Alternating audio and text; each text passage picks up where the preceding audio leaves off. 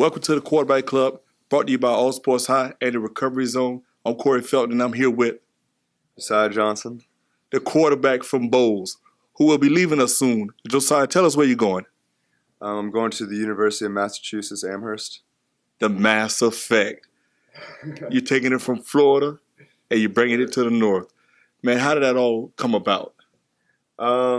It was a very long process. Obviously, I didn't get any playing time until my senior year. And so it was just a lot of hard work and stuff and going to these different camps. And one of the recruiting coaches, he's not there anymore, but one of the recruiting coaches reached out to me and actually came down and visited Bowles. And it was during one of my weights class. And so he saw my size and stuff and was like, started talking to me a little bit. And then he gave me a camp invite. And so it was one of those things where, like, me and my family were like, it's very far. But we made it. We ended up making it to, like, a recruiting road trip. We stopped at a few more schools on our way up. 16-hour drive. It wasn't the easiest, but we made it up there. And so, I ended up doing very, very well at the camp. It was kind of cool. There was a QB challenge at the end of the camp where we were about 25 yards out, and they put a hula hoop hanging from the goalpost, and I was the only one to hit it. Wow. And so it was a really fun atmosphere and stuff, and I think I impressed them enough to where they were talking to me pretty heavy after that. And right after the league game, which was the preseason game, they ended up offering me. So they're definitely blessed. It was it's been a long time coming, but pretty crazy.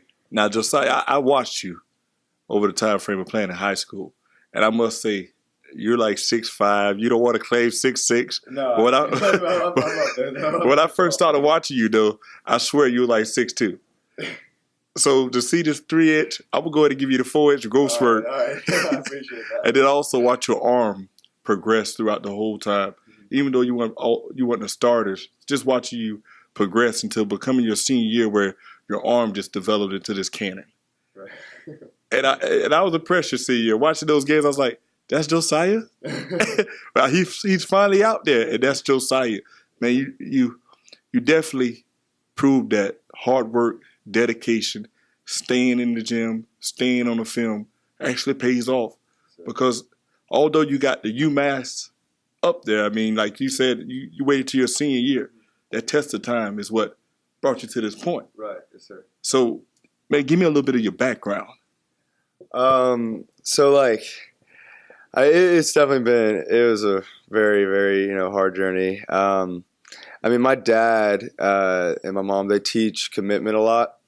And so you see a lot of kids, I'm not judging them at all because a lot of times it's for, their best interests, but they switch schools a lot. And so, having Mac Jones in front of me, obviously, it was kind of like he's a good player and he's very good in high school. And so it was a lot of pressure, and I was like, obviously, I had doubts like most kids did, because I wanted to play, next level. And so, my parents really encouraged me to, stay at Bowles because just of the winning tradition there and the great coaching there. And so, I ended up sticking it out. And one of the best things that happened to me as far as developing, my throwing motion and just that arm strength was working with, Coach Walker and with DeBarlow and stuff. He really... It was bad when I first started out. Ninth grade year, I threw like Johnny Unitas with the arm like this, like all like that.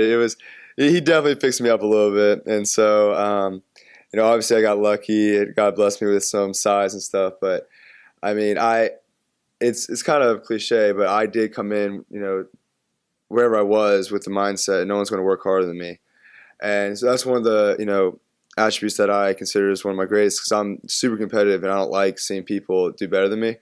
And so, if that be in the weight room or at camps or different things, I definitely pride myself in being one of the hardest workers out there. And so, but, just my whole journey, it was a lot with, my parents definitely helped me a ton just because like most kids, they would doubt themselves of not playing after so much time.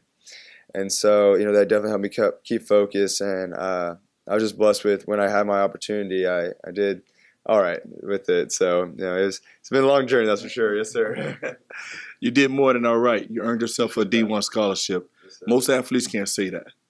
And for you to be able to say that, that's impressive. Like I said, you're taking that heat to the North. It's gonna be cold, so I gotta warm it up a little bit. You're taking you're taking that heat to the north, man. I see you got your mask color shirt already. I see you secretly repping, man. But man, just to hear how you had the heart and determination, and keep that as you go on. Like nobody will work hard as you, no matter how hard it looks. Nobody will work hard as you. Right. I like hearing that because that inspires me off the field. Another thing I forgot to mention this is actually so after my junior year, we were gonna play. So going into my spring of senior year, I had study hall with Coach Belger first period every day, and so I told him, it's funny, he still laughs about today, but I would go into his office in our study hall. I'd go to his desk every day, and I'd make him watch film with me or go over the playbook with me every day.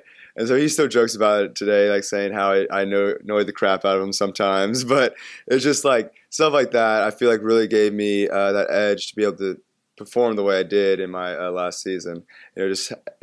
Going there and constantly trying to get better myself with knowledge of defenses and different things like that, which is a huge importance.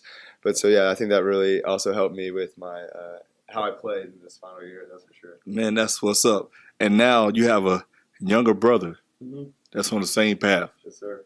That's got to be incredible. Yeah, no, I'm definitely excited for him. He's about 5'11", so I'm definitely hoping he catches a little bit more of this height. I wish I could give it to him a little bit, but I'm excited to see what he does. I mean, honestly, I think he has a better throwing motion than I do. It's a lot more smoother. He just got to, just grow up a little bit with strength and everything. But I'm definitely hoping that he does very well and hope that he succeeds as well. So to the other Josiah Johnsons that's out there watching you, that's going through the test of time and the test of strength, what kind of feedback would you give them? I guess I'd just say, just don't give up. Like my freshman year, I had a really bad practice. And so Coach Rogers, he's notorious for being very aggressive sometimes. And so he ended up making me cry a little bit that practice. I'm not going to lie.